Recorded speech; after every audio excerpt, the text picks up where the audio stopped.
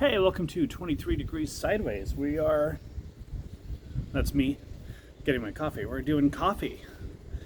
Um, we're going to talk a little bit more about Marina liveaboards and some of the things that go into your boat and comfort and getting out.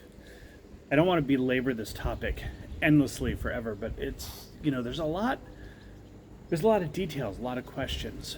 Someone every day, several people ask about liveaboard lifestyles on various places on the internet, Reddit, cruiser forums, even boat building forums and boat design forums. People ask about this all the time.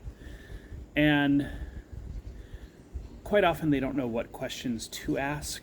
Someone's driving on I-5 and they see a marina and they're like, wow, I remember a movie where someone lived in a boat. It'd be really cool. Or they saw Captain Ron.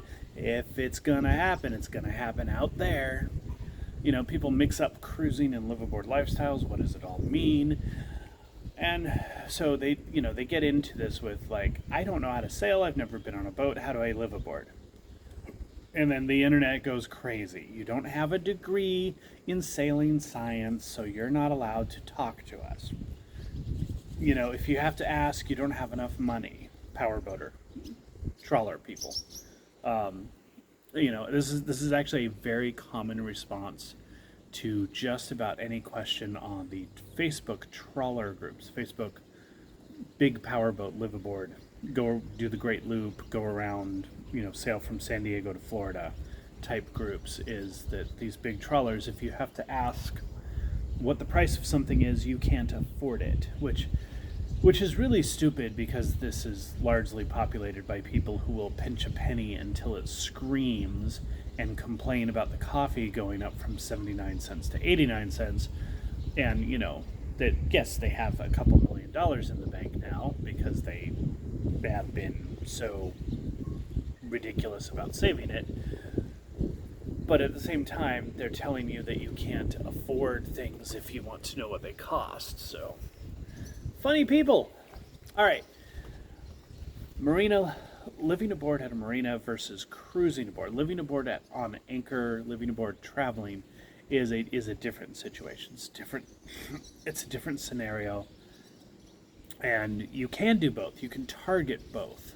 But if you target your both, you're probably going to want a slightly smaller boat than if you're just living aboard and you don't want to move very much and you don't care about 3 or 4 years of projects. And that's really where it all comes in, is projects. A smaller boat has cheaper projects. Remember the square cube law I talked about? It's the same thing in van life. Okay, so if you get a school bus that is a cutaway is a van, like a regular Chevy or Ford van, where they cut the back off and put a different kind of body on it. A plumber's van has all those drawers and stuff and a slightly taller top and it looks kind of weird. That is a cutaway van chassis. A U-Haul van that has the van front end, it's a cutaway. They cut away the van body and they put a box on the back. So school buses that are cutaways are standard automotive parts, standard tires, standard lug nuts, regular car, van, light truck, regular engine, transmission. You can go to a regular service shop and everything is fine. You just have a small, very small, but usable bus body on the back. Then you go to a short bus or a long bus, whichever way you go. But short bus is an example because it's still kind of small, but it's bigger. Well, there you've gone to industrial-sized equipment. It's a commercial engine, a commercial transmission, over-the-road truck-type tires, semi-truck tires, and everything is just a scale bigger and more expensive. An oil change, instead of being 7 quarts, is going to be 20 quarts of oil. Same thing in liters. Close enough. So boats do the same thing. And it gets really big really fast. There's 3 or 4 different scales with boats where this happens. Like, you've got this stuff that's usually under 20 feet. There's no hard lines on this because you can get a small 23-footer that's going to fit into this category of 19-foot boats. And power and sail is a little different too. Like an 18-foot dinghy is something you camp on, not live on. If you want to live aboard on an 18-foot dinghy, you have to put up a tent every night. It's going to be a little weird. You can do it, but you're traveling. You're not doing this at a marina. You're just not. Maybe one or two guys in marinas on the East Coast are doing that, or marinas on the West Coast are doing that, but really not. And then you get, with power boats, you have cuddy cabins, or something where you've got this little cabin in the front that's just a bed pad or a sleeping bag spot, and that's your 18-foot cuddy cabin, your 19-foot cuddy cabin. You don't want to try to live aboard one of those, but again, it happens. There's probably 20 or 30 people on your coast who are living on one of those. I did meet a couple that spent 7 months living in a marina on an 18-foot bow rider. That's no cabin in the front, but seats in the front. They put a tent up. They put their sleeping stuff in there. They were in between stuff. They'd sold their house to retire. Their regular boat, the boat they were buying, was being worked on over the winter. So they just 7 months they spent living on this little boat. They took it down from up north all the way down to Florida, but for the winter period they spent like several months in one marina living aboard, and that's fine. You can do that, but remember that wasn't permanent, and they weren't limited, and they weren't trying to fix it up, do projects. Sometimes if a live aboard goes to that scale of boat, it's because they don't have money, and so you end up with a project boat to begin with. All boats are project boats, but there's different levels. So that could be a little rough, theoretically. But you can. Generally speaking, when we start talking about live aboards, with the exception of a couple of really big 20-footers that are designed to live on or designed for ocean passage, pocket cruisers, you're looking at 24-foot to 30-foot, small 30-foot boats. There's big 30-foot, small 30-foot boats. Okay, so for example, there's a boat over here. That is a pocket cruiser. All right, I can't really just hold the camera there. That is a it's 25 foot. It's listed as 24 and a half foot. 25-foot power boat, and they're not cheap, but it has a full V berth down below. It has a galley. It's a one burner stove galley in the pilot house cabin up top. It has a little steering station. It has a little dinette. It's really a two-person dinette, although they advertise it as a four-person dinette, but it's like 38 inches wide, so not really. It's two-person dinette. And there's a little deck on the back, and it's built for coastal cruising. It's built to go up and down the ICW, or maybe like all the way to New York and then down to Florida. Protected waters, staying in marinas, anchoring out a little bit in protected anchorages, and you can do okay. It's still a planing hull, so you're looking at 80 to 200 horsepower for power, and you're gonna get 2 miles a gallon on your fuel usage. So as a poor person, you're not gonna want that to move very often. You can move it, just you're gonna spend a lot more days at anchor between moving it, obviously. Over here, on the other hand, is this is the large end of small boats. That is a 28-foot Canadian-built Aloha. Actually, I think this is the second model of the Aloha, so they call it the 8.4. I don't know. They have a metric instead of the 28-foot. But it's an Aloha. It's the large end of small in this.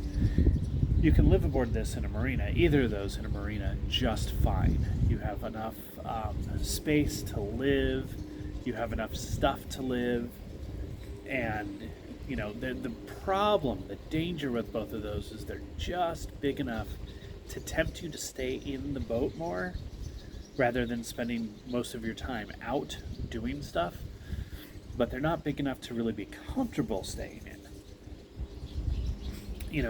Liveaboard lifestyles are very unique sometimes. If you want to live aboard a 22-foot Catalina or 25-foot Catalina, with the pop top for when you're doing stuff and the little uh, tent, like camper van tent pop top, you can do it. If you have a couple part-time jobs or a full-time job that likes you to work 50 hours a week, 60 hours a week, you go do stuff, you eat out a lot, you go hike before work, you go to work, you go hike after work, you have a can of chili at home, you go to bed. You're not spending a whole lot of time in the boat because that's also wear and tear and cruft on the boat, and you don't have a lot of belongings that you need. You can do it. You can even put a couple on a 25-foot Catalina and live just fine if you're out of the boat a lot. If you're out of the boat most of the time. This is going to be a 2-car lifestyle because you're going to have a lot of stuff in your cars and a lot of different independent life stuff. When you get to this size, the 28-footer here or the 26-foot powerboat, you're starting to push. Most 26-foot powerboats don't have the space of that one. But when you get to that size, the 28-foot bayliners, you're starting to get into the space where you have just enough room that you're tempted to not spend as much of your life out, and that's dangerous in a marina. You can get stuck into a hole where you don't go do stuff, and then you start collecting things, and then stuff starts building up, and then you get crowded, and then it's all very difficult, and that's what you don't want to do. Then there's bigger. Bigger is a trap for people who don't have any income or who are on like Social Security or a VA disability. A small fixed income, very small fixed income. Because bigger means that sooner or later you're going to have to do big jobs. Remember the bus analogy I made? Well, when you go to the Hunter 36 that's over there across from this, now every once in a while you're going to have to do a bigger job, bigger canvas, bigger windows, bigger ceiling, more deck paint, more bottom paint. Bottom paint is $300 a gallon. You don't want to have to use more than a half a gallon, 2 quarts, at any given time. And you definitely don't want to go from using 1 quart on a very small, shallow draft boat to 1 gallon on a 36-foot boat just because. Like that's just, the haul out expenses are usually calculated by the foot. So, the 24-foot boat you can actually put on a trailer. So there's that. That can be a fixed cost. You always have a trailer to lift it out and do work on it. It happens every year or 1 to 3 years. You need to pull a boat out and do work on it. Or if you have to have it hauled, it's calculated by the foot, so that's going to be a very cheap haul. 36 feet is 12 feet more, so that's going to cost you another $100 just for each step, for the up, for the movement, for the storage, for the down. So that's a really big deal. The size of the projects, complexity of the projects, it all matters. Now, if you're using it as a houseboat, and you're going to let it grow a reef to the bottom of the channel, and you really just don't care, and you're going to walk away from it someday, give it away, sell it for $500, whatever, go for it. But if you're going to do that, know that you're going to do that, and maybe take some of the good parts and sell them before they can become bad parts. Simplify things a little bit, It's going to be a project boat when you sell it anyway, so, do something. And this is all realism. Don't give yourself a unreachable dream on a given boat. Now, if you have all of the time in the world and you can get the materials, scrounge the materials, you can do a lot of projects yourself on that 36, 38, 42 foot boat. But there are things that you're going to have to do. There's going to be a haul out. If you're going to go ahead and use Rust-Oleum and Kills instead of boat paints, fine, you're going to touch them up every 3-6 months. You can do stuff. You can make it. You can go take it around the world on a budget, but there's stuff you can't do in resale terms without spending the right kind of money. Like, it's just there's an economic wall to this, and it's better. I just don't have a way to put it. It's better to go smaller and simpler and have a better quality of life with simpler things than to extend yourself and stress yourself out because every time you have to fix the head, it's $1,000 instead of having a porta potty, which you may not think is good, but in the end, it's actually kind of cool. You empty it once a week. You can hand carry the emptying. You don't use the bathroom in the boat all the time. There's a lot going for that when it comes to avoiding $1,000 repairs.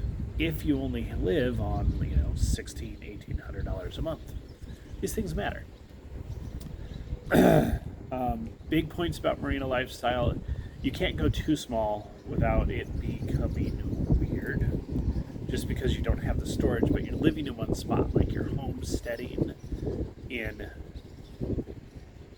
80 square feet.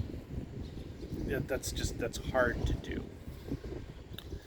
Cruising, moving, nomading is a different kind of lifestyle. If you can maintain that nomad lifestyle in your 60, 80 square feet, you're going to do okay with the small. Too big is going to be too much to maintain, to work with, unless you're just using it as a permanent houseboat that's never going to move, and you're not going to even try. And that's fine. Take the sails off, take them to the used sail store. Take the rigging down so it doesn't get moldy and grow lichen. There's lichen all over this boat next to me. Do the stuff.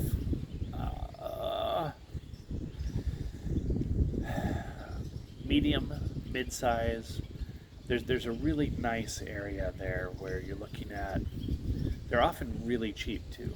Like you can get a Catalina 27 in the water, in a slip, in a place where you might be able to live aboard or sneak aboard or whatever you're doing.